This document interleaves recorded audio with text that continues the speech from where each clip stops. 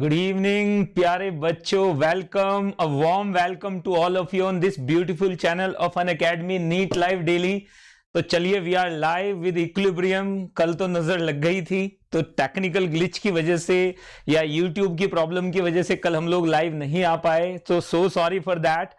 तो जल्दी से आप बताएं, आप लोग कैसे हैं? सब लोग सब अच्छे हैं, मस्त हैं? तो इक्विलिब्रियम से कल तो मैं बोल रहा था कि इक्विलिब्रियम से बच्चे ही नहीं, यूट्यूब भी डरता है. हाँ, लेकिन ये डरने वाली कोई बात है नहीं इसमें, क्योंकि यूट्यूब पे जो आपको पढ़ाया जाएगा, आप खुद से बोलेंगे. अगर आपसे आपके मुंह से ना निकले कि इक्विलिब्रियम इजी है, तो फिर मेरे पढ़ाने का और आपके पढ़ने का कोई फायदा नहीं होगा. तो चलिए शुरू करते हैं. आपको शुरुआत से ही लगेगा कि इक्विलिब्रियम बहुत इजी है. इजी लेके चलिएगा चीजों को. अगर कोई भी आपको प्रॉब्लम आती है तो आप मेरे साथ शेयर करें उसे. डेफिनेटली उसका जो भी सॉल्यूशन होगा मैं आपको इमीडिएटली बताऊंगा कि कैसे उसको हमने टैकल करना है. तो लेट्स गेट स्टार्टेड. जल्दी से स्टार्ट कर लेते हैं. यस, अलशिफा देख लेते हैं कि हमारे कौन कौन से डॉक्टर जुड़ चुके हैं. अनुज लांबा, हेलो बेटा. वेद व्यास सिन्हा, मैं अच्छा हूं, आप कैसे हैं वेद व्यास? जल्दी से बताइए. अलशिफा, गुड इवनिंग बेटा. सब खैरियत उधर? अनुज लांबा और भी बहुत सारे बच्चे जुड़ चुके हैं. तो कल का जो लेक्चर था बेटा, मैं फिर एक बार बता दूं, बहुत सारे बच्चे. गुड इवनिंग अंश पटेल. तो चलिए, बहुत God bless you my son. तो चलिए सभी बच्चों का, भाइयों का, बहनों का यहां पे स्वागत. तो चलिए शुरू कर लेते हैं. इक्विलिब्रियम को पढ़ने से पहले एक बात आपको बता देता हूं कि एनसीईआरटी में जो 73 प्रॉब्लम्स दी गई है इक्विलिब्रियम में, सबसे पहले उन्हें सॉल्व कीजिएगा आप लोग, ताकि उसके बाद बुक्स के बारे में सर्च करना शुरू कीजिएगा. अगर आपने इधर उधर की बुक सॉल्व की और आपने एनसीईआरटी को छोड़ दिया, तो मतलब यह हो गया कि आप महे जमजम को छोड़ के इधर उधर के पानी को पीते हुए घूम रहे हैं. उसका कोई फायदा नहीं होगा. तो यह जरूर याद रखेंगे बच्चों. पहले एनसीईआरटी की लाइन टू लाइन पढ़िए. मैं भी कोशिश करूंगा कि आपको एनसीईआरटी की लाइन से आज 10 क्वेश्चन उठा के लाया हूं, वो आपको बीच में कराऊंगा, ताकि आपको एनसीईआरटी एक बार कम से कम टू द पॉइंट क्लियर हो जाए. उसके बाद इक्विलिब्रियम अपने आप समझ में आएगा. तो good evening to all of you. Let's get started. ये लेक्चर नंबर 1 है केमिकल इक्विलिब्रियम का. केमिकल इक्विलिब्रियम को हम बहुत जल्दी खत्म करके आयनिक में जंप करेंगे. कुछ शॉर्टकट्स इसमें मैं आपको बताऊंगा, जैसे कि Kp इक्वल टू KcRx. कुछ शॉर्टकट वाले फॉर्मूले आपके साथ डिस्कस करने वाला हूं, जिनसे आपको ली चैटलियर प्रिंसिपल की जरूरत कभी नहीं पड़ेगी. ली चैटलियर प्रिंसिपल को आपको पढ़ने की जरूरत भी नहीं पड़ेगी. उसके बिना भी आप काम चला सकते हो. ये मैं आपको प्रूव करके दिखाऊंगा यहां पे. तो आगे बढ़ जाते हैं. माई सेल्फ अश्विनी त्यागी, आप जानते ही हैं, आपका केमिस्ट्री एजुकेटर, केमिस्ट्री मेंटर. ये पूरा ट्रैक रिकॉर्ड आपके सामने है. ये हमारी कोर टीम है बेटा. डॉक्टर सचिन कपूर, महेंद्र सिंह, नमो कॉल और मैं अश्विनी त्यागी. ये वो टीम है जो आपको पैटर्न प्रूफ मैनर में तैयारी करा रही है, and we are making sure कि आप तैयारी कर भी रहे हो. आगे बढ़ेंगे. जैसे मैंने अभी डीपीपी 8 क्रैश कोर्स की शेयर किया, एडवांस लेवल की डीपीपी है. तो आप अगर सॉल्व करोगे तो आपको मोल कंसेप्ट में कॉन्फिडेंस आएगा काफी. अगर आप सॉल्व करके पूछोगे तो और भी ज्यादा कॉन्फिडेंस आएगा, क्योंकि कुछ चीजें ऐसी हैं जो नहीं है उसमें. तो वहां पे प्लस के बारे में बात कर रहा हूं बेटा. रेगुलर टेस्ट है, क्विजेज हैं, लाइव डाउट सेशंस हैं, और पोस्ट टेस्ट एनालिसिस जिसे बोलते हैं PTA. That is the very very important ingredient, जो आपको सक्सेसफुल होने में बहुत हद तक it is going to play the super role in your success guys. आगे बढ़ते हैं. यहां पे पहुंचने के लिए आपने क्या करना पड़ेगा? टेलीग्राम ऐप डाउनलोड कर चुके हैं आप लोग. अब आएगी दूसरी ऐप डाउनलोड करने की बारी, जो कि इससे भी एसेंशियल है. आप अनअकैडमी, जो कि एक टॉप ट्रेंडिंग लर्निंग ऐप है बेटा, उसे डाउनलोड करेंगे. उसके बाद इंस्टॉल कीजिए. इंस्टॉल करने के बाद जो आपको स्टेप्स दिए गए हैं, आप क्या करोगे? प्लस सेक्शन में जाओगे. प्लस पे क्लिक करते ही चूज योर गोल का ऑप्शन आ जाएगा. नीट पे क्लिक करोगे. नीट पे क्लिक करते ही आपके सामने ऑप्शन एक और आ जाएगा, गेट सब्सक्रिप्शन. जैसे ही आप इस पे क्लिक करोगे, इमीडिएटली आपके सामने ऑप्शन आएगा. 5 ऑप्शंस आपके सामने होंगे, जिनमें से आप कोई भी चूज कर सकते हो. क्रैश कोर्स की अपॉर्चुनिटी आपके सामने है बेटा, तो इसको एनकैश करने का आपके पास मौका भी है. कोई भी डाउट आपका आप शेयर कर सकते हैं. हम विदाउट क्रैश कोर्स भी सॉल्व करेंगे, free of cost, no issues. तो चलिए, लेकिन क्रैश कोर्स पे यह है कि रेगुलरिटी बनेगी. क्रैश कोर्स पे यह है कि हर बच्चे को पर्सनलाइज्ड अटेंशन मिलेगी. इसके अलावा जो 10th वाले बच्चे हैं, वो 2 साल का सब्सक्रिप्शन उनके लिए गोल्डन अपॉर्चुनिटी है. जो 11th वाले हैं, उनके लिए 1 साल का सब्सक्रिप्शन गोल्डन अपॉर्चुनिटी है. 12th और ड्रॉपर्स, उनके लिए they should go for crash course. It is about 138, 39 days left still for the NEET 2020. So if you want to prepare well, just come in the crash course because the time of thinking has already passed, has already gone. तो अब आपके लिए क्या जरूरी है कि आप जल्दी से आ जाएं. जब आपने प्लस सब्सक्रिप्शन लेना है बेटा, उस टाइम पे आपने अगर ये कोड यूज किया, कौन सा कोड? Ashwani live code. 2 फायदे होंगे. पहला फायदा, इनफैक्ट 3 फायदे होंगे. पहला फायदा जो आपको मिलेगा, सीधे सीधे इंस्टेंटेनियसली आपको 10% का ऑफ मिलेगा. दूसरा फायदा क्या होगा? आपको सुपर 50 बैच में सीधे एंट्री मिल जाएगी मेरे. और तीसरा, सुपर 50 बैच में वाकई सुपर 50 है. एक बार आइए तो सही, आप देखिए जो मैं बोल रहा हूं. सुपर 50 कहना बहुत आसान है, लेकिन उनके साथ आपका कंपटीशन जब होगा ना, तो आपको समझ में आ जाएगा कि क्यों सुपर 50 बोलता रहता हूं मैं आपसे. सुपर 50 का मतलब यह है कि 2 सेकंड में क्वेश्चन सॉल्व कीजिए, आपकी रैंक 50 आएगी. 2 सेकंड में क्वेश्चन सॉल्व करने में आपकी रैंक 50 आती है. और ये जानते हैं बहुत सारे बच्चे यहां पे कि 2 सेकंड्स में भी रैंक 30, 35, 40, 50 क्रॉस कर जाती है. तो ये इस सुपर 50 बैच का कमाल है. इसमें बहुत अच्छे अच्छे बच्चे हैं. आप आएंगे तो आपका बहुत ज्यादा इंप्रूवमेंट होगा. आगे आपको सुपर 50 बैच के साथ रेगुलर डीपीपी मिलेगी, रेगुलर डिस्कशन मिलेंगे, टेस्ट सीरीज जो मैं टेस्ट दे रहा हूं वो भी आप कर पाएंगे, क्विजेस. चलिए बढ़ जाते हैं आगे. अब पॉइंट ये है कि डीपीपी सॉल्व करने से क्या फायदा, 10 क्वेश्चन से क्या होगा. तो बेटा याद रखिएगा कि it takes drops to build a sea. एक ओशन को बनाने के लिए, एक सी को बनाने के लिए क्या जरूरी होता है? इसे हिंदी में कहते हैं कि बूंद बूंद से घड़ा भरता है, सागर भरता है. बूंद बूंद से सागर बनता है. तो यह बात याद रखिएगा आप लोग कि अगर आप ये छोटे छोटे एफर्ट्स डेली बेसिस पे करते हैं, so obviously you that is going to, these efforts are going to compile to make you crack any examinations. कोई भी एग्जामिनेशन हो जो आप देने जा रहे हैं, तो ये बात याद रखिएगा. It takes drops to build a sea. तो धीरे धीरे अपने आप को डेवलप कीजिए, एकदम से नहीं. एकदम से कुछ नहीं होता. Overnight changes are not possible. वो सिर्फ फिल्मों में होता है. तो चलिए आगे बढ़ जाते हैं डॉक्टर्स, जल्दी से फटाफट से. Let's get started. It takes a drop to build a sea, ये तो आप समझ ही गए होंगे. अब देखिएगा इक्विलिब्रियम पे बात कर लेते हैं. तो केमिकल इक्विलिब्रियम का मतलब क्या है? केमिस्ट्री इन एवरीडे लाइफ हम पढ़ते हैं, तो केमिस्ट्री वाकई हर दिन हर मोमेंट में आपकी केमिस्ट्री है. तो देखिए इक्विलिब्रियम, यहां पे देखो इक्विलिब्रियम ऑफ फोर्सेस है. इनमें से दोनों बच्चे सेम साइज के हैं. अगर यहां पे मोटू राम आ जाए और यहां पे पतलू राम आ जाए तो क्या होगा? ये सी सॉ आपने देखा होगा. तो ये इक्विलिब्रियम है. इक्विलिब्रियम कई तरह का हो सकता है. Mechanical equilibrium, thermal equilibrium, thermodynamic equilibrium अलग चीज होती है, थर्मल इक्विलिब्रियम अलग चीज होती है. ये बात भी याद रखिएगा. तो ये हमारे पास देखो, ये आप देखिएगा मोहतरमा दौड़ लगा रही है, लेकिन क्या आगे बढ़ रही है? नहीं. क्या पीछे जा रही है? नहीं. अगर रुके तो क्या होगा? इसे कहते हैं डायनेमिक इक्विलिब्रियम, यानी लगातार चल रहा है, रिएक्शन रुकी नहीं है, लेकिन मूव किसी डायरेक्शन में नहीं कर रही है. तो आप देखो ट्रेडमिल पे जब मूव करते हैं तो that is a dynamic equilibrium, यानी आप दौड़ रहे हो लेकिन क्या हो रहा है? इक्विलिब्रियम में ना आगे मूव कर रहे हो ना पीछे मूव कर रहे हो. ठीक है, अगर रुक जाओगे तो आपको पता है पीछे जाना है. ऐसे ही यहां पे देखिए, ये इक्विलिब्रियम आपने देखा होगा अक्सर पिलग्रिम्स में लोग बना देते हैं इक्विलिब्रियम पत्थरों से. तो ये इक्विलिब्रियम भी आपके सामने है. ये हमारे पास क्या है? अनस्टेबल इक्विलिब्रियम है. थोड़ा सा फोर्स लगाया तो ये क्या हो जाएगा? परमानेंटली चेंज हो जाएगा. तो ये अनस्टेबल इक्विलिब्रियम आपके सामने है. एक और इक्विलिब्रियम देखिए, ये 2 चींटी क्या कर रही है? यहां से इस पाइल से और इससे दोनों से क्या ले जा रही है? उठा उठा के सामान इधर से इधर ले जा रही है. एक उधर जब पहुंचती है, एक इधर पहुंचती है. तो दोनों का क्या रहेगा? कंटेंट. यहां की कॉन्सेंट्रेशन बच्चों, यहां की कॉन्सेंट्रेशन और यहां की कॉन्सेंट्रेशन चेंज नहीं होगी.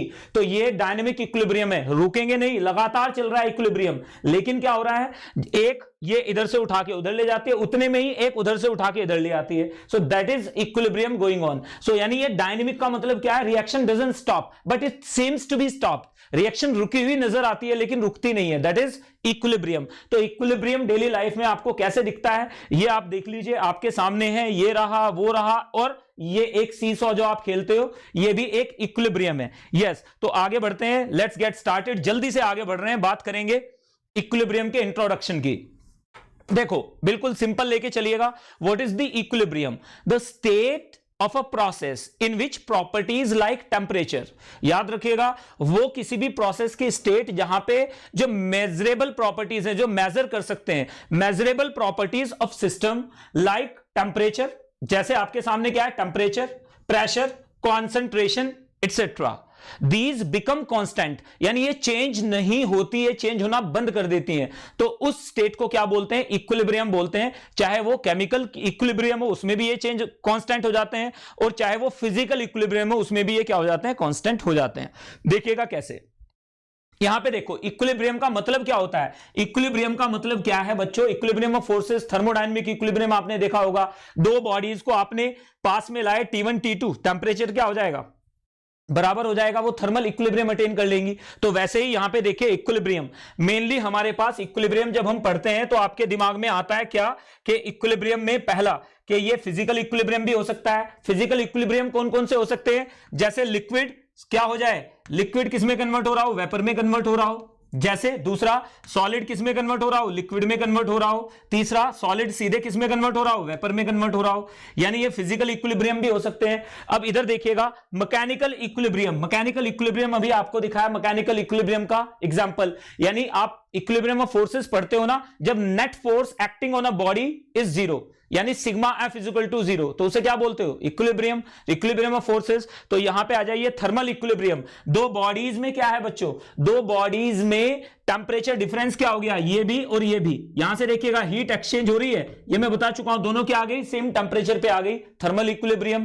केमिकल इक्विलिब्रियम, केमिकल इक्विलिब्रियम में क्या हो रहा है, ए प्लस बी मिलके क्या बना रहा था, सी प्लस डी, क्या हुआ, ये जिस रेट से इधर जा रही है उसी रेट से इधर आ रही है, तो नेट चेंजेस क्या होने शुरू हो गए, जीरो हो गए, यानी सारी चीजें क्या हो गई, कांस्टेंट, रिएक्शन डजंट स्टॉप, तो इसे क्या बोलेंगे, केमिकल इक्विलिब्रियम। तो यानी इक्विलिब्रियम एक बार फिर से सुन लीजिएगा, जब हम थर्मोडायनेमिक इक्विलिब्रियम की बात करते हैं तो थर्मोडायनेमिक इक्विलिब्रियम का मतलब होता है mechanical equilibrium, physical equilibrium, chemical equilibrium, all.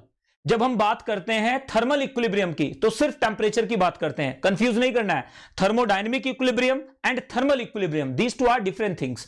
Thermal का मतलब टेंपरेचर कांस्टेंट हो चुका है, दोनों का टेंपरेचर सेम हो चुका है, यानी नेट हीट फ्लो क्या है, जीरो है। अगर हम बात करते हैं thermodynamic equilibrium, it involves all equilibria, कौन कौन से, उसमें मैकेनिकल भी होता है, उसमें केमिकल भी होता है, उसमें फिजिकल भी होता है, उसमें थर्मल भी आ जाता है, तो this is called thermodynamic equilibrium, ये बात याद रखिएगा। चलिए शुरू करते हैं, इक्विलिब्रियम इन फिजिकल प्रोसेसेस, यहीं से एनसीईआरटी में शुरू किया गया बच्चों। आप देखिएगा, आप मुझे बताइएगा कि इक्विलिब्रियम कैसे कैसे शिफ्ट करते हैं। आप एक छोटी छोटी चीजों पे फोकस करोगे तो आपको मजा आएगा और आप definitely you gonna love it. इधर देखिए, फिजिकल इक्विलिब्रियम का मतलब क्या है बच्चों, मैं आपको बता चुका हूं, फिजिकल इक्विलिब्रियम में क्या हो जाए, लिक्विड किसमें, गैस में जा रहा हो, gas solid, solid gas, liquid solid, solid liquid, तो ये हमारे पास इक्विलिब्रियम है तीन, कौन कौन से हैं, ध्यान से देखिएगा, या तो हमारे पास सॉलिड किसमें कन्वर्ट हो रहा हो बच्चों, लिक्विड में कन्वर्ट हो रहा हो, या दूसरा क्या हो जाए, लिक्विड किसमें कन्वर्ट हो रहा हो, वेपर में कन्वर्ट हो रहा हो, या फिर सॉलिड ही किसमें कन्वर्ट हो रहा हो, वेपर में कन्वर्ट हो रहा हो। ये तीन इक्विलिब्रियम मेन है हमारे पास, इन्हें कहा जाता है फिजिकल इक्विलिब्रिया। क्या कहते हैं इन्हें, फिजिकल इक्विलिब्रिया कहते हैं। क्या होते हैं ये, सुनिए, इजी है बिल्कुल। देखिए पहले वाले को देखिए आप जरा एक बार, सॉलिड लिक्विड इक्विलिब्रियम, हमने क्या किया, हमने आइस को लिया, यहां पे देखो ये एक क्लोज्ड कंटेनर है बेटा, ये क्या है, एक क्लोज्ड कंटेनर है। इस क्लोज्ड कंटेनर में हमने क्या किया, इस क्लोज्ड कंटेनर में हमने क्या किया, ये क्लोज्ड कंटेनर है पूरी तरह से, हमने एक आइस के एक चंक को, एक आइस के पीस को यहां पे रखा। अब ये क्या है हमारे पास, ये बाउंड्री क्या है, DQ0 है, यानी ये इंसुलेटेड बाउंड्री है। कौन सी बाउंड्री है, ये इंसुलेटेड बाउंड्री है।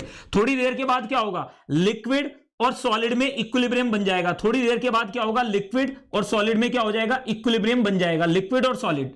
एक बार please pay attention to that, यहां पे क्या है सॉलिड और ये क्या है लिक्विड, इन दोनों में इक्विलिब्रियम अटेन हो जाएगा, यानी melting of ice in a closed insulated container. क्या होगा, शुरुआत में क्या होगा, वो मेल्ट करेगी। मेल्ट करने किसे कहते हैं बच्चों, जब सॉलिड लिक्विड में कन्वर्ट होता है, और उसके बाद क्या होगा, ये क्या होगा, जो लिक्विड बना है वो वापस से किसमें कन्वर्ट होना शुरू हो जाएगा, सॉलिड में। एक लेवल ऐसा आएगा जहां पे आइस का मास W आइस किसके बराबर, W आइस क्या हो जाएगा, कांस्टेंट हो जाएगा, और W वाटर भी क्या हो जाएगा, W लिक्विड भी क्या हो जाएगा, कांस्टेंट हो जाएगा। तो इसे बोलेंगे, क्या बोलते हैं इसे बच्चों, this is called solid liquid equilibrium. क्या बोलते हैं, सॉलिड लिक्विड इक्विलिब्रियम। यहां पे रेट ऑफ मेल्टिंग क्या हो जाता है, रेट ऑफ फ्रीजिंग के एग्जैक्टली बराबर हो जाएगा। तो यह बात जरूर याद रखिएगा कि रेट ऑफ मेल्टिंग जब रेट ऑफ फ्रीजिंग के बराबर हो जाए, दिस इज कॉल्ड, क्या बोलते हैं इसे, this is called solid liquid equilibrium. Melting of ice in closed container, थोड़ी देर के बाद आइस मेल्ट करना बंद कर देगी। अगर क्लोज्ड कंटेनर है, इंसुलेटेड है, तो थोड़ी देर के बाद आइस मेल्ट करना बंद कर देगी। उस टाइम पे आइस का यानी सॉलिड का और लिक्विड यानी वाटर का क्या हो जाएगा, अमाउंट कांस्टेंट हो जाएगा, फिर चेंज नहीं होगा, क्योंकि जिस रेट से वो क्या होगा, मेल्ट करेगा, उसी रेट से वो फ्रीज भी करेगा। So this is called melting. तो इसे कहते हैं मेल्टिंग पॉइंट, याद रखिएगा। इस पॉइंट पे अगर हमारे पास प्रेशर कितना हो एग्जैक्टली 1.01325, ठीक है ना, ये हो जाए तो टेम्परेचर जो हमें दिया गया है that is called melting point. उस टेम्परेचर को क्या बोलते हैं? Melting point. अगर इतने बार प्रेशर है तो ये मेल्टिंग पॉइंट हो जाता है, तो this is called normal melting point. तो नॉर्मल मेल्टिंग पॉइंट या नॉर्मल फ्रीजिंग पॉइंट सेम ही होता है। अगर इधर से इधर को बोल रहे हैं तो क्या है ये फ्रीजिंग पॉइंट, इधर से इधर को बोल रहे हैं तो क्या है मेल्टिंग पॉइंट। इजी बात है बच्चों। नेक्स्ट पे आइए, नेक्स्ट पे देखिएगा जल्दी से, लिक्विड वेपर इक्विलिब्रियम। ये मजेदार टॉपिक है क्योंकि इसमें बहुत सारे केमिकल लोचा है। एनसीईआरटी में एक लाइन लिख दी गई है, क्या? Rate of evaporation is constant. पढ़िएगा उसे एक बार, मजा आएगा आपको। रेट ऑफ इवेपोरेशन क्या होता है? कांस्टेंट। तो यहां पे देखो जरा एक बार, लिक्विड और वेपर का इक्विलिब्रियम। अगर एक लिक्विड एक वेपर में क्या हो जाए, चेंज होना शुरू हो जाए, तो थर्मोडायनेमिक्स जरूर यूज करते रहिएगा। यहां पे थोड़ी थोड़ी लिक्विड वेपर में कन्वर्ट हो रहा है। फॉर एग्जांपल जैसे हमारे पास H2O है, H2O लिक्विड किसमें कन्वर्ट हो रहा है? H2O आइस किसमें? वेपर में कन्वर्ट होना शुरू हो गया। किसमें? वेपर में कन्वर्ट होना शुरू हुआ। तो हमारे पास क्या आ गया बच्चों? ये लिक्विड वेपर में कन्वर्ट होना शुरू हुआ। थोड़ी देर के बाद वेपर लिक्विड में कन्वर्ट होना शुरू हो गई। तो जब एक लिक्विड किस में जाता है? लिक्विड वेपर में जाता है, तो दिस इज कॉल्ड इवेपोरेशन। क्या बोलते हैं इसे बच्चों? इवेपोरेशन बोलते हैं। जब एक वेपर किस में जाती है? वेपर लिक्विड में कन्वर्ट होती है, दिस इज कॉल्ड कंडेंसेशन। क्या बोलते हैं? कंडेंसेशन। शुरुआत में हमने एक डब्बे के अंदर क्या रख दिया? एक हाइग्रोस्कोपिक सब्सटेंस रख दिया। उसने क्या किया? सारे के सारे जितना भी यहां पे क्या था, जितना भी यहां पे एयर मॉइस्चर था, H2O था, उसको इसने अब्सॉर्ब कर लिया। यानी ऑलमोस्ट यहां पे क्या कर दिया? ड्राई एयर आ गई। अब हमने उसके अंदर क्या किया? एक फ्लास्क पे एक छोटा सा पानी रखा। किस पे? आई ग्लास पे पानी रख दिया हमने थोड़ा सा। तो पानी से क्या होगा? पानी से वेपर ऊपर की तरफ उड़ेगा, इसे क्या बोलेंगे? इवेपोरेशन। नीचे की तरफ थोड़ी देर के बाद, ध्यान से सुनना बच्चों, अभी देखिए मैं 2-3 कंटेनर्स आपको बना के दिखाता हूं ताकि आपको यह बात थोड़ा और बेटर समझ में आए। शुरुआत में क्या होगा हमारे पास? ये कंटेनर है शुरुआत में। इस कंटेनर में बच्चों ध्यान से देखिएगा, इस कंटेनर में शुरुआत में हमने यहां पे पानी भरा है। ये ब्लू कलर से पानी भर दिया है हमने यहां पे। शुरुआत में क्या है? शुरुआत में क्या हो रहा है? सिर्फ इवेपोरेशन हो रहा है, कंडेंसेशन नाम की कोई चीज नहीं है। यानी in the beginning at temperature T is equal to constant, कोई भी कंडेंसेशन नहीं है। यहां से जब गैस, जो लिक्विड के मॉलिक्यूल्स हैं वो क्या करते हैं? सरफेस से क्या करेंगे? लिक्विड के मॉलिक्यूल सिर्फ सरफेस से कहां जाएंगे? ऊपर कंटेनर में, ऊपर गैसेस स्टेट में एंटर कर जाएंगे। It is called evaporation. क्या बोलते हैं बच्चों? इसे इवेपोरेशन बोलते हैं। धीरे धीरे क्या होगा? यहां पे प्रेशर बढ़ना शुरू हो जाएगा। ये प्रेशर यहां से दिखेगा, देखो आपको प्रेशर लगातार बढ़ रहा है। शुरू में क्या था? बराबर था, देखो अब क्या हो गया? अब प्रेशर बढ़ गया। Because of this particular pressure बढ़ जाएगा। यहां पे क्या होगा? इक्विलिब्रियम की वजह से, वाटर वेपर की वजह से प्रेशर बढ़ जाएगा। तो शुरू में प्रेशर क्या हुआ? यहां पे मैंने मान लिया प्रेशर P1 है। थोड़ी देर के बाद क्या हुआ? यहां पे थोड़ी देर के बाद यही कंटेनर मैंने वापस लिया और यहां पे वापस अलग अलग कलर यूज नहीं कर रहा हूं, ध्यान से देखते जाइएगा। यहां पे क्या हुआ? यहां पे रेट ऑफ इवेपोरेशन तो ऐसे ही चल रहा है जैसे पहले चल रहा था। रेट ऑफ इवेपोरेशन वैसे ही चल रहा है जैसे पहले चल रहा था। ये रहा रेट ऑफ इवेपोरेशन। अब यहां पे कंसंट्रेशन इतनी ज्यादा हो गई कि ये आके इसके साथ कोलाइड करेंगे और क्या हो जाएंगे? नीचे आना शुरू हो जाएंगे। It is called condensation. तो आप ध्यान से देखना बच्चों, शुरुआत में इवेपोरेशन था, कंडेंसेशन नहीं था। थोड़ी देर के बाद कंडेंसेशन पिक्चर में आ गया। अब क्या हुआ? रेट ऑफ इवेपोरेशन चल रहा है ऐसे ही, रेट ऑफ कंडेंसेशन भी आ गया। एक यहां पे प्रेशर क्या हो जाएगा? P2 बढ़ रहा है। क्यों बढ़ रहा है? क्योंकि 20 मॉलिक्यूल वेपर में जा रहे हैं और 5 नीचे आ रहे हैं, तो लगातार मोल्स बढ़ते जा रहे हैं, तो प्रेशर बढ़ेगा क्योंकि number of moles directly proportional to pressure है कांस्टेंट टेंपरेचर पे। अब क्या होगा? अब हमारे पास थर्ड कंडीशन क्या हो जाएगी बच्चों? थर्ड कंडीशन देखिए, यहां से हमारे पास क्या हुआ? इस थर्ड कंडीशन में प्लीज पे अटेंशन, इस थर्ड कंडीशन में यहां से इवेपोरेशन लगातार हो रहा है, कंडेंसेशन क्या हो गया? अब इसके एग्जैक्टली बराबर हो गया। तो guys for the first time pressure became constant. पहली बार प्रेशर कांस्टेंट हुआ, तो ये जो यहां पे प्रेशर होगा ये हो जाएगा हमारे पास P3 which is greater than P2 which is greater than P1। इसमें किसी को कोई डाउट? जल्दी से बताइएगा मुझे। अगर कोई भी डाउट हो तो मेरे साथ शेयर कीजिएगा। एक बार फिर से देखो, शुरुआत में सिर्फ क्या है? इवेपोरेशन है। उसके बाद क्या हुआ? थोड़ी देर बाद कंडेंसेशन आ गया। यानी यहां से यहां तक जब तक इक्विलिब्रियम अटेन नहीं हो जाता, प्रेशर लगातार बढ़ेगा। यानी इक्विलिब्रियम पे प्रेशर क्या होगा? Maximum, which is called vapour pressure. इधर देखिएगा, ये क्या हो गया मेरे पास? Rate of condensation. क्या हो गया, rate of condensation rate of evaporation के बराबर हो गया एग्जैक्टली। तो अब प्रेशर बढ़ना बंद हो गया पहली बार, तो यहां पे इक्विलिब्रियम सेटअप हो गया। This is called liquid vapour equilibrium. क्या बोलते हैं बच्चों इसे, लिक्विड वेपर इक्विलिब्रियम बोलते हैं। तो आप एक चीज देखिएगा, शुरुआत में जो आपको नजर आ रहा होगा यहां पे, एक सेकंड के लिए रुकिए और देखिए, अगर मैं यहां से बनाना शुरू करूं ग्राफ को, बच्चों कहां से ग्राफ को बनाना शुरू किया मैंने, यहां पे लिया रेट और यहां पे लिया मैंने टाइम। रेट वर्सेस टाइम अगर मैं प्लॉट करना शुरू करूं तो मुझे क्या नजर आएगा बच्चों, कि शुरुआत में इवेपोरेशन क्या है, ऐसे जा रहा है, इवेपोरेशन को कोई फर्क नहीं पड़ रहा है। एनसीईआरटी में लिखा हुआ है ये, याद रखिएगा। रेट ऑफ इवेपोरेशन बच्चों, रेट ऑफ इवेपोरेशन क्या होता है, कांस्टेंट। ये एनसीईआरटी वाली लाइन है और ये फैक्ट भी है बिल्कुल। तो एक लाइन में लिख के छोड़ दिया, क्वेश्चन बनेगा यहां से। अब दूसरा देखिएगा, यहीं से क्या हुआ हमारे पास, रेट ऑफ इवेपोरेशन के साथ रेट ऑफ कंडेंसेशन बढ़ते बढ़ते यहां पे आ गया। यहां पे जब दोनों बराबर हुए पहली बार, rate of evaporation is equal to क्या हो गया, रेट ऑफ कंडेंसेशन। उस कंडीशन को बोलेंगे लिक्विड वेपर इक्विलिब्रियम। क्या बोलेंगे इसे बोलेंगे लिक्विड वेपर इक्विलिब्रियम। क्या बोलेंगे, लिक्विड वेपर इक्विलिब्रियम। ये बात याद रखिएगा। तो आप देखो जरा ध्यान से, हमारे पास शुरुआत में क्या है, ये क्या है बच्चों, बार बार बोल रहा हूं, ये रेट ऑफ इवेपोरेशन है और ये क्या है, rate of condensation. Rate of condensation बढ़ता है लगातार, रेट ऑफ इवेपोरेशन क्या होता है, कांस्टेंट होता है। T इज इक्वल टू 0 पे जितना था उतना ही इक्विलिब्रियम पे होता है, यानी रेट ऑफ इवेपोरेशन चेंज नहीं होगा। इजी बात है बच्चों, यस बिल्कुल बिल्कुल। मैं कोशिश करूंगा राहुल के कंपनसेटरी क्लास ली जाए, डोंट वरी अबाउट दैट। फिलहाल इस पे फोकस कीजिए, बहुत जरूरी है। थैंक यू वेरी मच जो बोल रहे हैं, लव फ्रॉम गुजरात, लालू सोलंकी बोल रहे हैं, mister Solanki thank you very much. That is your love and support is a catalyst, I always say. तो इधर देखिएगा बेटा ध्यान से, और जब हम एक फैमिली का हिस्सा हैं तो रेस्पॉन्सिबली हम लोग कोशिश करें, कल की क्लास का जितना आप लोगों को दुख हुआ होगा कि नहीं हो पाई, भाई टेक्निकल चीजें होती रहती हैं which are beyond human control, so हमें उसके साथ एडजस्ट करना ही पड़ेगा, बट हम उसको फ्रीक्वेंसी बढ़ा के एडजस्ट कर सकते हैं, कोशिश करेंगे। फिलहाल इधर देखिए, ये बात बिल्कुल क्लियर है, सबको क्लियर बात बिल्कुल, क्या कि रेट ऑफ इवेपोरेशन कभी भी चेंज नहीं होता है। रेट ऑफ कंडेंसेशन क्या होता है, during the attainment of the equilibrium, condensation बढ़ता है, इवेपोरेशन चेंज नहीं होता है। क्लियर है बात बिल्कुल, जल्दी से बोलिए। चंदन कुमार, अहमद रजा, बात बिल्कुल क्लियर। विधि शेखावत, अनुज लांबा, रत्ना वर्मा, सब लोगों को बातें बिल्कुल समझ में आ रही हैं। संयोगिनी, तो चलिए अब देखिए, इस पे अच्छे अच्छे क्वेश्चंस आपके साथ डिस्कस करूंगा मैं, मजा आएगा आपको इसमें। आगे बढ़ते हैं, बात करेंगे लिक्विड वेपर इक्विलिब्रियम से आगे। लिक्विड वेपर इक्विलिब्रियम से आगे आ जाएंगे हम सॉलिड वेपर इक्विलिब्रियम के। सॉलिड वेपर इक्विलिब्रियम की क्या होगा, इधर देखिए, ये मेरे पास एक कंटेनर है बेटा, इस कंटेनर में मैंने क्या किया, इस कंटेनर में मैंने यहां पे क्या रख दिया, सॉलिड आयोडीन रख दिया। क्या रख दिया, सॉलिड आयोडीन रख दिया। थोड़ी देर के बाद क्या होगा, यहां पे अभी मीडियम में क्या है, गैस ट्रांसपेरेंट है।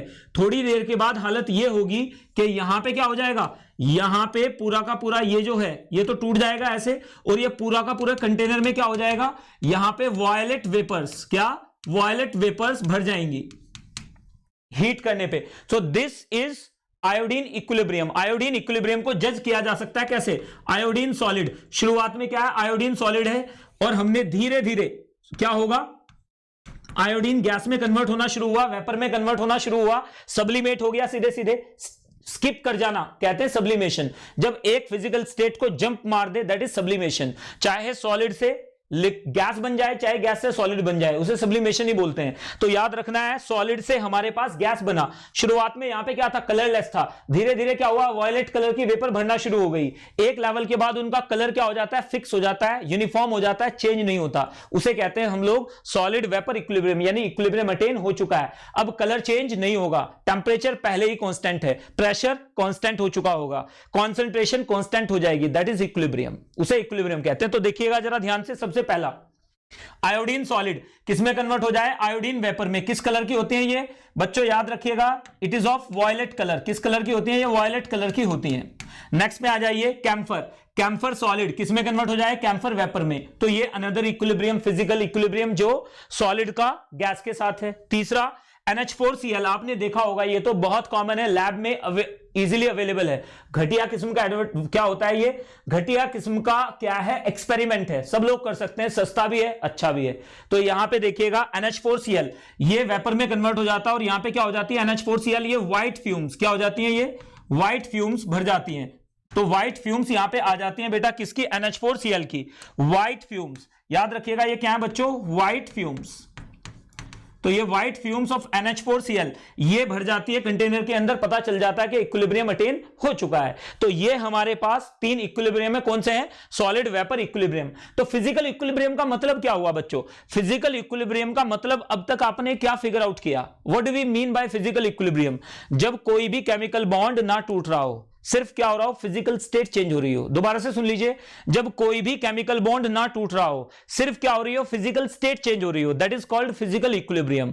वहां पे इक्विलिब्रियम अटेन हो भी सकता है, फिजिकल स्टेट चेंज जरूर होगी। तो यहां पे देखिए इसमें भी क्या हो रहा है, कोई बॉन्ड नहीं टूट रहा है, आयोडीन यहां भी था, आयोडीन यहां भी है, यहां पे भी कैम्फर था, यहां पे भी कैम्फर है, यहां पे भी NH4Cl था, यहां पे भी NH4Cl है। फर्क क्या पड़ा, सिर्फ फिजिकल स्टेट चेंज हुई। This is called physical equilibrium. यानी यहां पे कोई भी केमिकल बॉन्ड ना तो बना ना केमिकल बॉन्ड टूटा, समझ रहे हैं। सो ये फिजिकल इक्विलिब्रियम है। आगे बढ़ते हैं, इधर देखिए जरा एक बार, इक्विलिब्रियम इन्वॉल्विंग डिसोल्यूशन ऑफ, क्या, डिसोल्यूशन ऑफ सॉलिड्स और गैसेस। तो आपने सुना होगा फिजी ड्रिंक्स, आपने देखा होगा ना एप्पी फिज, या आपने कभी पेप्सी, या जिन्हें पीने के बाद लोग पहाड़ों से जंप मार देते हैं, जानते हो ना कौन से होते हैं वो, ठीक है, जिन्हें पीने के बाद लोग पहाड़ों से भी जंप कर जाते हैं, वो जो 7 अप क्या होता है, माउंटेन ड्यू समथिंग, तो वो सब के सब क्या है हमारे पास, दीज आर फिजी ड्रिंक्स, जिनमें CO2 को हाई प्रेशर पे डिसॉल्व किया गया है।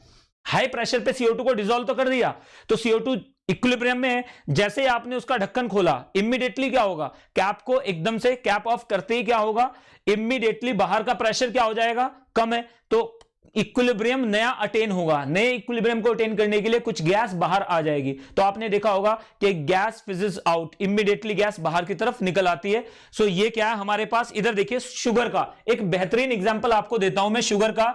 हमने यहां पे क्या किया बच्चों, हमें कैसे पता चले, यहां पे देखिएगा, ये मेरे पास एक सॉल्यूशन है, इस सॉल्यूशन में हमने क्या किया, ये सॉल्यूशन में पानी लिया हमने, उस पानी के अंदर मैंने, यहां पे देखिएगा सब लोग, इस पानी के अंदर हमने क्या किया, शुगर डाल दिया। देखिएगा ये मजेदार एग्जांपल है, एनसीईआरटी का ही एग्जांपल है, लेकिन है अच्छा काफी। ये एक शुगर का पीस डाल दिया इसके अंदर, तो धीरे धीरे क्या होगा, धीरे धीरे ये शुगर का पीस क्या करना शुरू कर देगा। इधर देखिएगा, इसने क्या किया, इसने शुगर के पीस ने क्या किया, कन्वर्ट कर दिया अपने आप को किसमें, इधर देखिए ये डिसॉल्व हो गया पानी के अंदर, और डिसॉल्व होने के बाद इसने क्या किया, यहां पे ये पानी है बेटा, और ये वापस से हम बना लेते हैं शुगर। ये हमारे पास यहां पे शुगर रखा हुआ है, तो ये थोड़ा सा मेल्ट कर जाएगा, और सॉरी ये थोड़ा डिसॉल्व हो जाएगा, नॉट मेल्ट। तो डिसॉल्व हो गया। अब डिसॉल्व होने के बाद यहां पे भी शुगर है, यहां पे भी शुगर है। वो शुगर कौन सी है बच्चों, वो शुगर कौन सी है, इधर देखिएगा, वो शुगर कौन सी है सॉल्यूशन में, यानी डिसॉल्व्ड, वो कौन सी है, डिसॉल्व्ड शुगर है, जो डिसॉल्व हो चुकी है। तो डिसॉल्व्ड शुगर आ गई। अब दूसरी शुगर कौन सी आ जाएगी हमारे पास, इधर देखिए, ये जो शुगर है यहां से डिसॉल्व्ड शुगर के बाद क्या होगा, अब यहां से एक इक्विलिब्रियम सेटअप हो जाएगा। हमें कैसे पता चलेगा कि सॉलिड शुगर में, हमें how do we figure it out कि सॉल्यूशन में शुगर, जो सॉलिड शुगर बची हुई है वो लिक्विड के साथ इक्विलिब्रियम में है। हमें कैसे पता चला, हमने क्या किया, एक टेक्निकलिटी खेली, हमने इसके अंदर रेडियो एक्टिव शुगर डाल दी। क्या किया, इसके अंदर रेडियो एक्टिव शुगर डाल दी। थोड़ी देर के बाद जब हमने रेडियो एक्टिव शुगर डालने के बाद, and we give it time 10-15-20 minute, उसके बाद हम क्या करते हैं, जब इस सॉलिड शुगर को निकालते हैं तो हमें पता चलता है कि इसके अंदर भी रेडियो एक्टिव शुगर आ चुकी है। इसका मतलब क्या हुआ, जो शुगर हमने डाली थी सैचुरेटेड सॉल्यूशन में, वो क्या हुआ, वो इक्विलिब्रियम में गई और सॉलिडिफाई हो गई, क्रिस्टलाइज हो गई। तो क्रिस्टल के अंदर भी आपको रेडियो एक्टिव शुगर मिलेगी। तो ये हमारे पास क्या हो गया, एक और इक्विलिब्रियम हो गया। चलिए मुझे एक बात बताइए, जो हीमोग्लोबिन वाला फंडा है और CO2 वाला फंडा है जो हम रेस्पिरेशन में यूज करते हैं, ये सारा क्या है, इक्विलिब्रियम है। क्या इक्विलिब्रियम इन्वॉल्व होता है बच्चों इसमें, जल्दी से बताएंगे मुझे। हमने सांस लिया, ऑक्सीजन क्या हुआ, फेफड़ों के अंदर ऑक्सीजन का प्रेशर क्या है, ज्यादा है, ठीक है ना। ब्लड उसके अंदर आया, डीऑक्सीजनेटेड ब्लड आया, उसके अंदर ऑक्सीजन का कंटेंट क्या है, कम है। तो क्या होगा, इक्विलिब्रियम फॉरवर्ड शिफ्ट हो जाएगा। अब क्या बन जाएगा, हीमोग्लोबिन ऑक्सी हीमोग्लोबिन में कन्वर्ट हो जाएगा। वो क्या होगा, टिश्यूज तक पहुंचेगा। टिश्यूज तक पहुंचते टिश्यू के अंदर क्या है, ऑक्सीजन का कंटेंट क्या है, ऑक्सीजन का प्रेशर क्या है, कम। हीमोग्लोबिन के अंदर, ब्लड के अंदर क्या है, ज्यादा। ऑक्सीजन क्या होगी, ब्लड से किसके अंदर जाएगी, टिश्यूज के अंदर, समझ रहे हैं। तो क्या होगा, वहां पे डीऑक्सीजनेशन हो जाएगा। अब इमीडिएटली क्या हुआ, ऑक्सीजन ट्रांसफर हो गई। अब बिल्कुल वैसा ही CO2 के साथ होता है। तो ये जो हम डेली लाइफ में, बायोलॉजी के स्टूडेंट हैं आप लोग, मुझसे बेटर जानते हुए सारी चीजें कि कैसे लंग्स काम करते हैं, तो समझ गए ये भी एक क्या है, एक तरह का फिजिकल इक्विलिब्रियम है। What is it? Physical equilibrium. पहले फिजिकल इक्विलिब्रियम फेफड़ों में होता है और फिर टिश्यूज में जाके होता है। यानी हर बार क्या होता है, एक बार ऑक्सीजन अब्सॉर्ब होती है, दूसरी बार ऑक्सीजन क्या होती है, डी अब्सॉर्ब होती है, डिसऑप्शन होता है उसका। So this is also physical equilibrium. समझ रहे हैं ना बच्चों? चलिए आगे बढ़ते हैं। और भी बहुत सारे हैं, ऑक्सीजन और वहां से कार्बन डाइऑक्साइड कैसे आती है बाहर, वो भी इक्विलिब्रियम प्रोसेस है। टिश्यू से कार्बन डाइऑक्साइड को बाहर लाना भी क्या है, दैट इज ऑल्सो इक्विलिब्रियम। तो हर जगह इक्विलिब्रियम आपको नजर आएगा, ये बात बिल्कुल क्लियर है। देखो हमने सबसे पहले क्या रखा, यहां पे शुगर रखा, और ये क्या है हमारे पास, नॉन रेडियो एक्टिव। कौन सी है ये? नॉन रेडियो एक्टिव शुगर है। हमें कैसे पता चलेगा कि ये सॉलिड लिक्विड के साथ इक्विलिब्रियम में है? हमने इसके अंदर थोड़ी सी क्या डाल दी, रेडियो एक्टिव शुगर डाल दी। क्या डाल दी? Radio active sugar. थोड़ी देर के बाद हमें दिखता है, जब हम इस सॉलिड को यहां से निकालते हैं, इसके अंदर भी रेडियो एक्टिव शुगर मिल जाती है। इसका मतलब क्या है कि सॉलिड और लिक्विड लगातार इक्विलिब्रियम में थे। लिक्विड शुगर यानी डिसॉल्व्ड शुगर और सॉलिड यानी क्रिस्टलाइज शुगर इक्विलिब्रियम में थे। तो ये बहुत बेहतरीन एग्जांपल है फिगर आउट करने के लिए कि इक्विलिब्रियम डायनेमिक होता है, यानी लगातार इक्विलिब्रियम चलता रहता है। सही बोल रहा हूं बच्चों?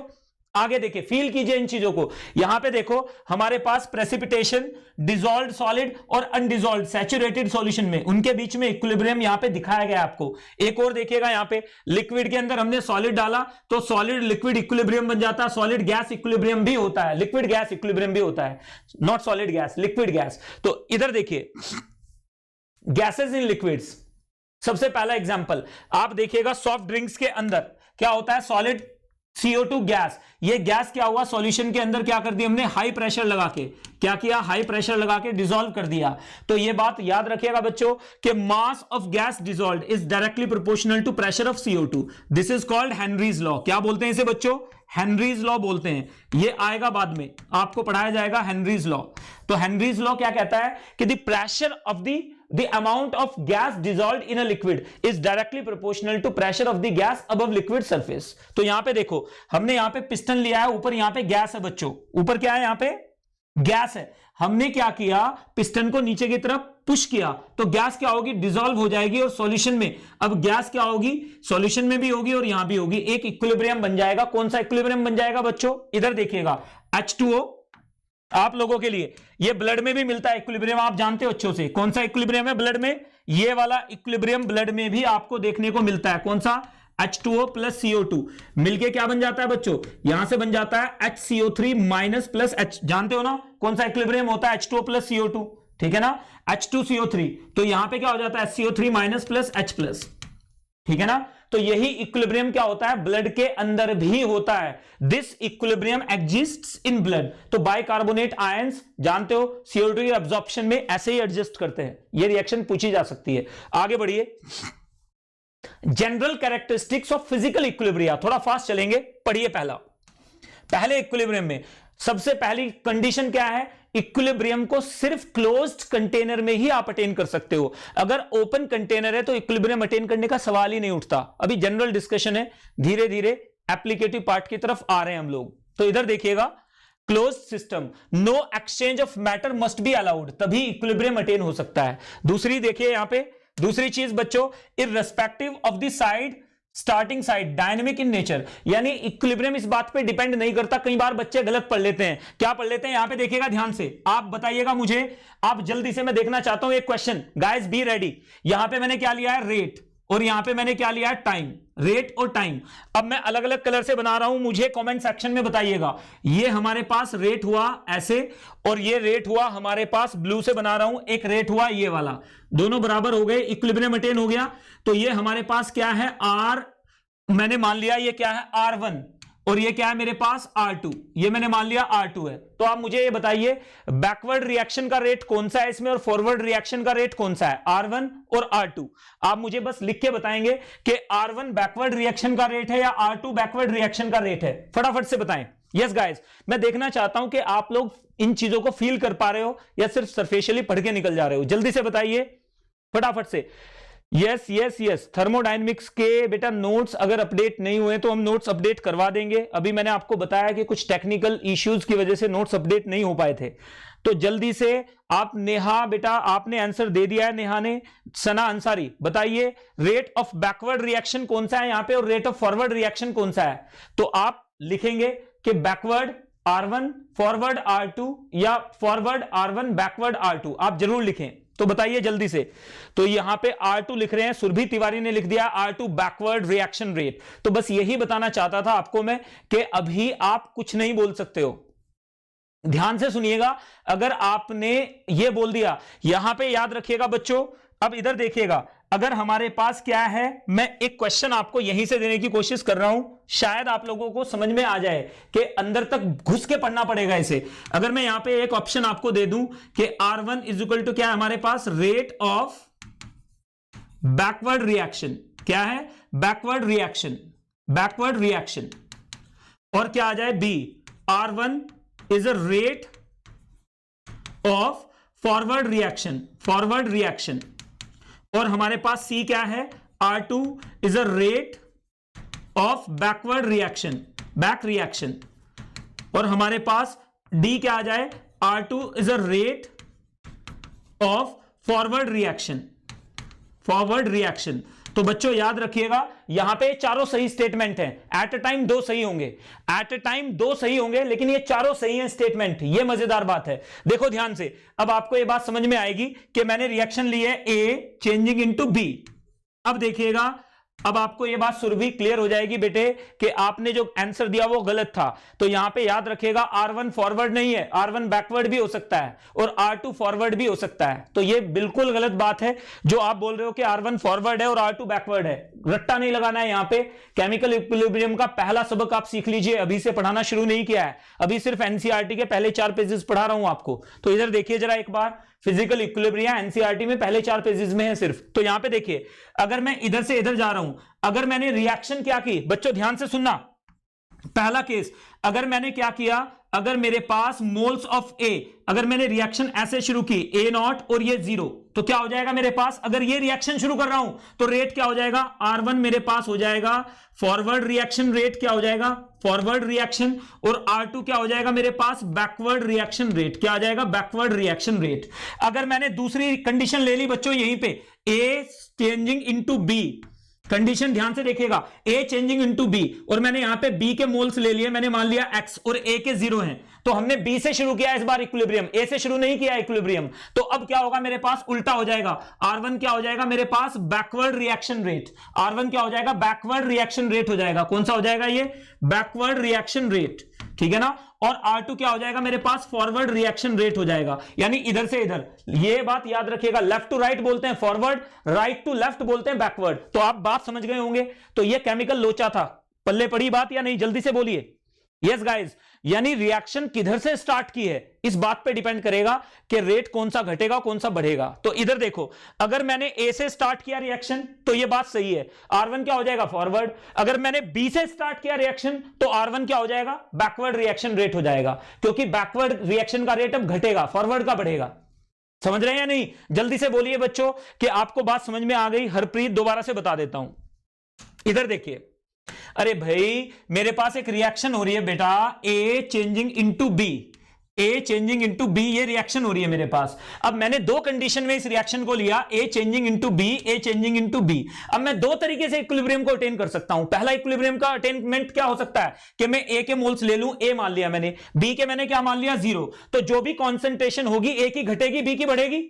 तो यानी क्या हो जाएगा मेरे पास जो रेट का ग्राफ आएगा बच्चों, यहां पे कैसे आएगा, रेट का जो ग्राफ आएगा इसमें ये आएगा रेट ऑफ फॉरवर्ड रिएक्शन, और ये क्या आएगा जो मैं व्हाइट से बना रहा हूं, ये आएगा रेट ऑफ बैकवर्ड रिएक्शन। क्यों, आप खुद ही सोच लो क्यों, क्योंकि B 0 है और A क्या है, सिग्निफिकेंट है, तो शुरू में A घटेगा और B बढ़ेगा। इसी बात है ना, तब जाके बराबर हो जाएंगे। तो यहां पे ये क्या हो जाएगा, रेट ऑफ फॉरवर्ड रिएक्शन, और ये क्या हो जाएगा, रेट ऑफ बैकवर्ड रिएक्शन। लेकिन अगर हमारे पास क्या हुआ, ये 0 है और ये मैंने मान लिया B है, तो शुरुआत में A था ही नहीं, शुरुआत में A था ही नहीं, सिर्फ क्या था, B था, तो B अब A में कन्वर्ट होगा। तो क्या होगा, बैकवर्ड रिएक्शन का रेट शुरू में ज्यादा होगा, बाद में कम होगा। फॉरवर्ड रिएक्शन का रेट शुरू में 0 होगा, बाद में बढ़ेगा। तो यह बात याद रखनी है, इसमें तुक्के नहीं मारने हैं। रट्टा का तो सवाल ही नहीं उठता फिजिकल केमिस्ट्री में। आपने रट्टा लगाया तो समझ लीजिए आप आउट ऑफ रेस होने वाले हैं। फिर यहां पे मैंने रेट लिया, अगर समझ में आ जाए मुझे जल्दी से हार्ट्स बना के बताइएगा अभी कमेंट सेक्शन में। ये अब हमारे पास क्या हो जाएगा बच्चों, ये आ जाएगा हमारे पास अब रेट ऑफ बैकवर्ड रिएक्शन, ये क्या आ जाएगा आरबी। और ये क्या हो जाएगा हमारे पास, अब इधर देखिएगा, ये हमारे पास अब क्या होने वाला है, यहां पे जो मैंने ब्लू से, चलिए व्हाइट से बना देते हैं, ये वाला क्या हो जाएगा मेरे पास अब रेट ऑफ फॉरवर्ड रिएक्शन। क्यों, क्योंकि फॉरवर्ड का रेट बढ़ेगा, बैकवर्ड का घटेगा इक्विलिब्रियम को अटेन करने के लिए। एक बात जरूर याद रखिएगा कि लेफ्ट टू राइट क्या होता है, लेफ्ट टू राइट बोलते हैं फॉरवर्ड। क्या बोलते हैं इसे, forward. Left to right forward बोलेंगे, और राइट टू लेफ्ट कोई भी रिएक्शन हो, प्रेजेंटेशन पे काम करना है सिर्फ, इसे बोलेंगे राइट टू लेफ्ट बोलते हैं बैकवर्ड, बैकवर्ड रेट। तो अब आप मुझे जल्दी से बताइए क्लियर है बात या नहीं। तो यानी हमें जब इतनी छोटी छोटी बातों की नॉलेज होगी तो आपको कंपटीशन में क्वालिफाई करने से कोई नहीं रोक सकता बच्चों। तो जल्दी से बताइए बात बिल्कुल क्लियर और नॉट।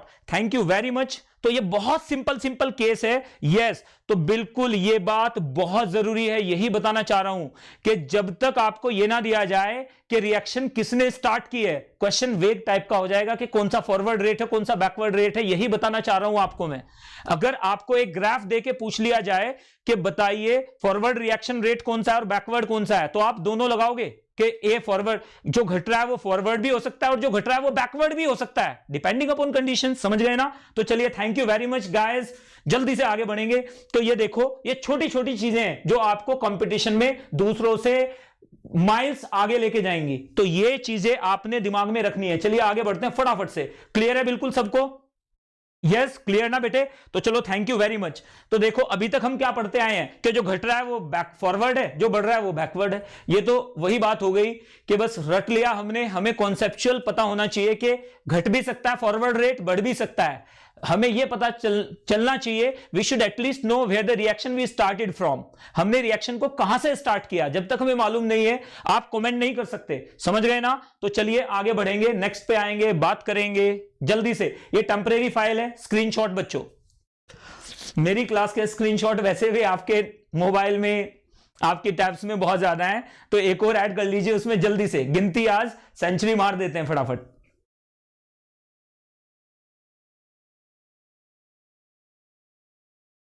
चलिए गाइस लेट्स गेट स्टार्टेड, आगे बढ़ते हैं जल्दी से, नेक्स्ट पॉइंट पे आएंगे। इधर देखिए मेजरेबल प्रॉपर्टीज। मेजरेबल प्रॉपर्टीज यानी प्रेशर। मेजरेबल प्रॉपर्टीज में कौन सा आएगा, प्रेशर। मेजरेबल प्रॉपर्टीज में और क्या आ जाएगा बच्चों, मेजरेबल प्रॉपर्टीज में ध्यान से सुनिए, मेजरेबल प्रॉपर्टीज में pressure, temperature, concentration, moles etcetera, ये सब क्या हो जाएंगे, कांस्टेंट हो जाएंगे। यानी इक्विलिब्रियम पे ये कभी वेरी नहीं करेंगे। इक्विलिब्रियम पे प्रेशर कभी वेरी नहीं कर सकता, इक्विलिब्रियम पे टेंपरेचर कभी वेरी नहीं करेगा, इक्विलिब्रियम पे कंसंट्रेशन कभी वेरी नहीं करेगी, इक्विलिब्रियम पे मोल्स कभी वेरी नहीं करेंगे, इक्विलिब्रियम पे कलर कभी चेंज नहीं होगा, इक्विलिब्रियम पे डेंसिटी कभी चेंज नहीं होगी। इजी बात है बच्चों, याद रखिएगा कि इक्विलिब्रियम पे प्रेशर कभी चेंज नहीं कर सकते आप, कर दिया तो दूसरा इक्विलिब्रियम बन जाएगा, उस पे प्रेशर कांस्टेंट। तो जब भी प्रेशर चेंज करोगे एक नया इक्विलिब्रियम बन जाएगा, यह बात याद रखनी है। आगे बढ़ोगे, टेंपरेचर चेंज करते इक्विलिब्रियम चेंज हो जाएगा पूरी तरह से।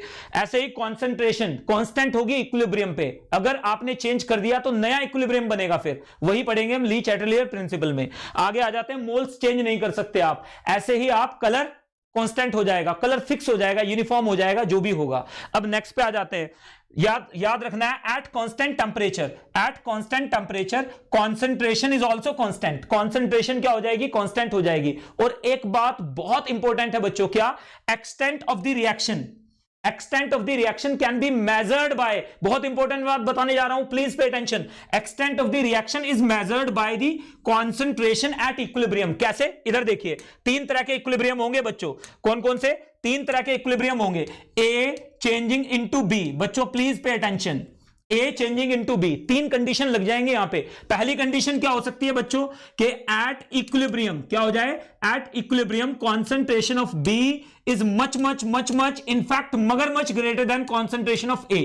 क्या आ जाएगा, कॉन्सेंट्रेशन ऑफ बी ए से बहुत ज्यादा हो जाए, उस केस में क्या होगा, उस केस में रिएक्शन क्या हो जाएगी, ऑलमोस्ट प्रोडक्ट की तरफ चली जाएगी। उस केस में रिएक्शन क्या हो जाएगी, ऑलमोस्ट प्रोडक्ट की तरफ चली जाएगी। यानी हम कैसे लिखेंगे इसे लिखेंगे ए और यहां पे आ जाएगा बी और इसे लिखेंगे ऐसे। ध्यान से देखिएगा, यानी थोड़ा सा एग्जांपल दूं इसका, एग्जांपल देखिए बच्चों, यहां पे देखिएगा एग्जांपल, आपको एकदम से दिमाग में घुसेगा कि यार बात तो सही पकड़ी है। इधर देखिए ये डबल बॉन्ड, यहां पे ये डबल बॉन्ड, ये डबल बॉन्ड, ये इक्विलिब्रियम कैसे एग्जिस्ट करता है बच्चों, ऐसे एग्जिस्ट करता है। आप समझ लीजिएगा, आपको एकदम से समझ में आएगी बात के यार ये तो हमने पढ़ा हुआ है। यहां पे देखिए ये क्या है हमारे पास, डाइऑन, ये क्या है डाइइनॉन, और ये क्या है फिनोल। फिनोल 99% एग्जिस्ट करता है, यहां पे 99.9% फिनोल होता है। तो ये इक्विलिब्रियम सिर्फ फॉरवर्ड डायरेक्शन में होता है, बैकवर्ड में बहुत कम, 0.1%, 0.01%। दूसरा देखिए, यानी इस केस में क्या हो जाएगा, इस केस में प्रोडक्ट क्या हो जाएगा बच्चों, बहुत ज्यादा प्रोडक्ट ज्यादा स्टेबल हो जाएगा रिएक्टेंट से। प्रोडक्ट क्या हो जाएगा, ज्यादा स्टेबल हो जाएगा रिएक्टेंट से। इसको दोबारा से लिखते हैं, थोड़ा और साफ लिखने की कोशिश करते हैं। इधर देखिएगा, अब हमारे पास अगर मैं दूसरी कंडीशन लगाऊं, दूसरी कंडीशन एक बार फिर से लगा रहा हूं आप लोगों के लिए। इधर देखिए दूसरी कंडीशन क्या हो जाएगी, ए चेंजिंग इनटू बी। अब हमारे पास क्या हो जाए, हमारे पास हो जाए concentration of A is much much greater than concentration of B, ये भी हो सकता है। तो उस केस में क्या हो जाएगा बच्चों, उस केस में हो जाएगा ए, इसे लिखेंगे ऐसे, कैसे लिखेंगे, ऐसे लिखेंगे दिस एंड दिस, ठीक है। तो ये हमारे पास इक्विलिब्रियम लिखने का तरीका देख लीजिए आप। यानी यहां पे क्या होगा, B कम स्टेबल है, A ज्यादा स्टेबल है, यानी रिएक्टेंट प्रोडक्ट में कन्वर्ट ही नहीं होना चाहेगा। यहां पे पहले वाला केस क्या था, ये फर्स्ट केस ले लिया मैंने, चलो सेकंड दोबारा से बना देते हैं, A चेंजिंग इनटू B। इसका मतलब यहां पे दूसरा केस क्या हो सकता है कि B किसमें, B बहुत ज्यादा हो जाए A से। अगर B बहुत ज्यादा है A से इक्विलिब्रियम पे, तो इसका मतलब इसे लिखेंगे A, यहां पे क्या होगा हमारे पास, ऐसे जाएगा और इधर से ऐसे आएगा B। समझ गए। तीसरा केस, दोनों क्या हो जाए, कंपैरेबल हो जाए। तो तीसरा केस भी हो सकता है जब कंपैरेबल हो जाए A टू B, जब कंपैरेबल हो जाए, यानी concentration of B is nearly equal to that of concentration of A। तो उस केस में क्या होगा, उस केस में ही इसे ऐसे लिखेंगे बच्चों, बस, ठीक है ना। यानी तीन तरह के इक्विलिब्रियम होते हैं। इसे कहते हैं, मैं अलग कलर से लिख रहा हूं बच्चों, ध्यान से देखिएगा, इसे कहते हैं प्रोडक्ट फेवरिंग, क्या बोलते हैं, प्रोडक्ट फेवरिंग इक्विलिब्रियम। अभी के लिए नोट कर लीजिएगा, इसमें इक्विलिब्रियम कांस्टेंट क्या होता है, ग्रेटर देन 1। दूसरा हमारे पास क्या है, रिएक्टेंट फेवरिंग, इसे बोलते हैं रिएक्टेंट फेवरिंग इक्विलिब्रियम। नीट में पूछ लिया जाता है, रिएक्टेंट फेवरिंग इक्विलिब्रियम। इसमें इक्विलिब्रियम कांस्टेंट क्या हो जाता है, लेस देन 1 हो जाता है। बात करेंगे अभी, इक्विलिब्रियम कांस्टेंट आएगा। तीसरा केस क्या है, यहां पे के इक्विलिब्रियम क्या आ जाता है, नियरली इक्वल टू 1 आ जाता है। तो ये भी याद रखिएगा, इस टाइप के प्रोडक्ट और रिएक्टेंट को देख के आप बता सकते हो। तो यानी तीन टाइप के इक्विलिब्रियम आपको देखने को मिलेंगे। अब देखिए बच्चों, डॉक्टर्स जल्दी से आप मेरे साथ एक बार बोलिएगा, जल्दी से इन मंत्रों को साथ साथ पढ़ते हैं। अगर हमारे पास क्या हो जाए, अगर हमारे पास प्रोडक्ट बहुत ज्यादा हो, रिएक्टेंट बहुत कम हो, इसका मतलब क्या होगा, इक्विलिब्रियम पे प्रोडक्ट बहुत ज्यादा होने का मतलब क्या है, रिएक्शन प्रोडक्ट फेवरिंग है। रिएक्शन क्या है, प्रोडक्ट फेवरिंग है, रिएक्टेंट फेवरिंग नहीं है। इक्विलिब्रियम कांस्टेंट की वैल्यू बहुत ज्यादा होती है। वो क्या होता है, अभी आने वाला है, it is going to come in a while from now. दूसरा हो सकता है रिएक्टेंट बहुत ज्यादा हो, प्रोडक्ट बने ही नहीं, तो उस केस में क्या होगा, ऐसे ही आप कंडीशंस तीनों को लगा सकते हो। तीनों को एक बार देखिएगा, लिख के समझिएगा और मुझसे पूछिएगा। तो चलिए जल्दी से आगे बढ़ते हैं फटाफट, क्योंकि टाइम कम है, अभी क्लास है प्लस पे मेरी, आपको मालूम है बच्चों। नेक्स्ट पे आ जाते हैं, फिजिकल इक्विलिब्रियम। ये एनसीईआरटी की टेबल है, आपके लिए just for the sake of simplicity सामने लेके आया हूं। सुनिए, अगर फिजिकल इक्विलिब्रियम क्या है, लिक्विड वेपर इक्विलिब्रियम है हमारे पास, तो कांस्टेंट क्वांटिटी क्या होगी, वेपर प्रेशर। अगर हमारे पास सॉलिड लिक्विड इक्विलिब्रियम है, सॉलिड लिक्विड इक्विलिब्रियम है, तो क्या होगी, मास कांस्टेंट हो जाएगा दोनों का, सॉलिड का और लिक्विड का मास क्या हो जाएगा, इक्विलिब्रियम पे कांस्टेंट हो जाएगा। अगर सॉलिड क्या हो रहा है, ध्यान से सुनिए, अगर हमारे पास क्या हो जाए, सॉलिड इन लिक्विड जैसे शुगर इन वाटर, यानी सॉलिड इन लिक्विड हमने डिसॉल्व करके क्या बनाया, सॉल्यूशन। तो यहां पे क्या आ जाएगा हमारे पास, जैसे शुगर का हमने लिया था बच्चों, शुगर को हमने वाटर में डाला था और क्या बनाया था बच्चों, सॉल्यूशन बनाया था। क्या बनाया था, सॉल्यूशन। तो डिसॉल्व्ड शुगर में और सॉलिड शुगर में इक्विलिब्रियम बनेगा। उस केस में क्या हो जाएगा, solubility at a given temperature fix हो जाएगी, वो चेंज नहीं होगी, मैक्सिमम अमाउंट फिक्स रहेगा। लास्ट में आइए, गैसेस इन लिक्विड्स क्या आ जाएगा, concentration at a given temperature. याद रखिएगा, pressure is directly proportional to concentration, ये बात याद रखनी है। ये एनसीईआरटी का टोटल लब्बो लुबाब है, यानी ये एनसीईआरटी की क्या है, समराइज कर दिया गया है एनसीईआरटी के उस टेबल को जो आपको दी गई है। तो चलिए कुछ क्वेश्चंस करते हैं केमिकल इक्विलिब्रियम में। इधर देखिएगा, रिएक्शंस हमारे पास, कुछ क्वेश्चंस आपको पहले मैं देता हूं, उसके बाद आगे बढ़ेंगे। जल्दी से 2 क्वेश्चन देख के मैं पूछना चाहता हूं कि आपको बातें समझ में आती हैं कि नहीं। जल्दी से, ये हम कल करेंगे, आज का टाइम थोड़ा कम है बच्चों, तो इसलिए ये क्वेश्चन देखिए और मुझे बताइए, which of the following is a homogeneous reversible reaction. आप मुझे देख के बताइए इनमें से कौन सी होमोजेनस रिवर्सिबल रिएक्शन है, जल्दी। तो मैं देखना चाहता हूं आपको एनसीईआरटी में से जो मैंने अब तक पढ़ा उसमें से कितना आपको समझ में आया। तो होमोजेनस रिएक्शन कौन सी है, जल्दी से आप मुझे बताएंगे बच्चों, फटाफट से, because we have a crash course class to catch right now. तो जल्दी से देखिएगा, ये 10 क्वेश्चन है, मैं यहां पे छोड़ रहा हूं आपके लिए, कल इन्हें कवर करेंगे। कल से हम लॉ ऑफ मास एक्शन पढ़ेंगे। लॉ ऑफ मास एक्शन क्या है, लॉ ऑफ मास एक्शन को गुलबर्ग्स और वेज ने दिया था, वो वेजे का क्या था एग्जैक्टली, क्या कॉन्सेप्ट था, लॉ ऑफ मास एक्शन होता क्या है, उसको हम शॉर्ट फॉर्म में बोलेंगे लोमा। तो कल से शुरू करेंगे इक्विलिब्रियम के क्वेश्चंस करना। ये 10 क्वेश्चन आपके सामने हैं जो एनसीईआरटी के पहले 4 पेजेस से बनाए गए हैं। दोबारा से सुन लो, ये 10 क्वेश्चन है आपके सामने। कौन कहता है कि यूट्यूब पे डीपीपी भी नहीं मिलती, एक बार पीडीएफ डाउनलोड तो कीजिए। तो देखिए, ये 10 क्वेश्चन आप लोगों के लिए हैं बेटा, जो मैंने आपको एनसीईआरटी की पहली 4 पेजेस से उठा के बनाए हैं, तो जरूर आप इन्हें ट्राई कीजिएगा। तो चलिए, thank you very much guys. जल्दी से कुछ जनरल डिस्कशन कर लेते हैं आपके साथ, फिर आगे बढ़ेंगे कल, बिकॉज नाउ अनदर टाइम। आपको मालूम है कि क्रैश कोर्स पे आप में से कुछ बच्चे आने वाले हैं। तो इधर देखिए, ये आपने करना क्या है बच्चों, क्रैश कोर्स में मूड नहीं बनाना है, सोचने का टाइम अब जा चुका है। अब तो बेटा अब तो कर्म करने का टाइम आ चुका है। आपने क्या करना है, क्रैश कोर्स में अगर आप सुपर 50 बैच में एंट्री चाहते हो तो इमीडिएटली आपने अश्विनी लाइव कोड यूज करना है। 3 फायदे, पहले 10% ऑफ जो किसी भी कोड को यूज करने से आपको मिलता ही है, बट नेचुरल है, लेकिन बाकी के फायदे सुनिए। दूसरा फायदा सुपर 50 बैच में, यानी जहां पे लाइक माइंडेड स्टूडेंट से पढ़ने का, के साथ बैठ के पढ़ने का आपको मौका मिलेगा। जो मैंने आपसे बोला था 2 सेकंड्स में आपकी रैंक 50 आती है वहां पे पोल के अंदर, तो आप ट्राई करके देखिएगा। 2 सेकंड में आंसर अगर किया तो रैंक 50 पे पहुंचती है। इतना फास्ट आंसरिंग स्किल्स है उनकी। तो वो ऐसे डेवलप नहीं हुए, जुलाई से वो साथ में जुड़े हैं, या क्रैश कोर्स में जो अच्छे बच्चे हैं उनके साथ आपका कंपटीशन होगा, और वहीं से निखार शुरू होता है आपकी परफॉर्मेंस में, आपकी शख्सियत में। आगे बढ़ते हैं। तीसरा फायदा आपको क्या होगा बेटा, regular DPP. Regular DPP, DPP 8 मैंने अभी शेयर की है, एडवांस लेवल की डीपीपी है, जो एम्स लेवल की डीपीपी है, डेली शेयर कर रहा हूं डिस्कशन के साथ। तो DPP discussion everything, if you want to join now, क्योंकि उसके बाद तो आप सेम फी पे ज्वाइन करेंगे और फायदा कुछ होगा नहीं, ठीक है ना, क्योंकि बहुत सारी चीजें आपकी छूट जाएंगी, वो कवर कराने का टाइम नहीं है। मैं तो करा दूंगा, आपके पास टाइम नहीं होगा। Only 139 days are left now. आगे हैशटैग नीट लाइव डेली के साथ अपने सोशल मीडिया अकाउंट्स पे से शेयर करेंगे बच्चों। बहुत सारे बच्चे सिर्फ चैनल को देख रहे हैं बेटा, सब्सक्राइब नहीं किया है तो आप सब्सक्राइब कीजिए, क्योंकि उसी में आपका ही लॉस है। साथ में be the part of this beautiful Unacademy family. तो जल्दी से आप सब्सक्राइब करेंगे, इसको बेल आइकन को आपने क्या करना है, लेट्स क्रैक इट गाइज। और आपने इस कोर टीम से पढ़ने का मौका छोड़ना नहीं है, that is the golden opportunity for you guys. तो लाइक शेयर सब्सक्राइब। आगे ये हमारे इंस्टा आईडीज हैं बेटा, अगर आप चाहें तो हमें टैग कर सकते हैं, डायरेक्टली नोटिफिकेशन मिलेगा आपको। थैंक यू बोलना मैं नहीं भूलूंगा, तो अभी से एडवांस में थैंक यू बोल देता हूं, मुझे मालूम है आप टैग करोगे। तो thank you very much guys. तो ये मेरी इंस्टा आईडी है ashwinityagi.iitr, आप मुझे डायरेक्ट टैग कर सकते हो, तो मुझे ढूंढना ही नहीं पड़ेगा, डायरेक्ट नोटिफिकेशन मिल जाएगा। सिस्टर चैनल्स आप देखना मत भूलिए। स्पेशल क्लासेस की मेरी टाइमिंग्स हैं 3 से 4 बजे तक। कब कब होती है बेटा, इनऑर्गेनिक केमिस्ट्री की क्लास थर्सडे में होती है और सैटरडे में होती है, तो आप ज्वाइन जरूर कीजिए। कोऑर्डिनेशन कंपाउंड्स में आइसोमेरिज्म पढ़ा रहा हूं आपको, नए इनोवेटिव मेथड से पढ़ाऊंगा, तो जरूर आइए और एंजॉय कीजिए। Thank you very much guys. 11th और 12th ग्रेड की टाइमिंग्स। और फाइनली ये अमृत है आपके सिलेक्शन के लिए बेटा, अश्विनी लाइव कोड यूज कीजिए, फायदा उठाइए। धन्यवाद, bye bye, take care and God bless you all.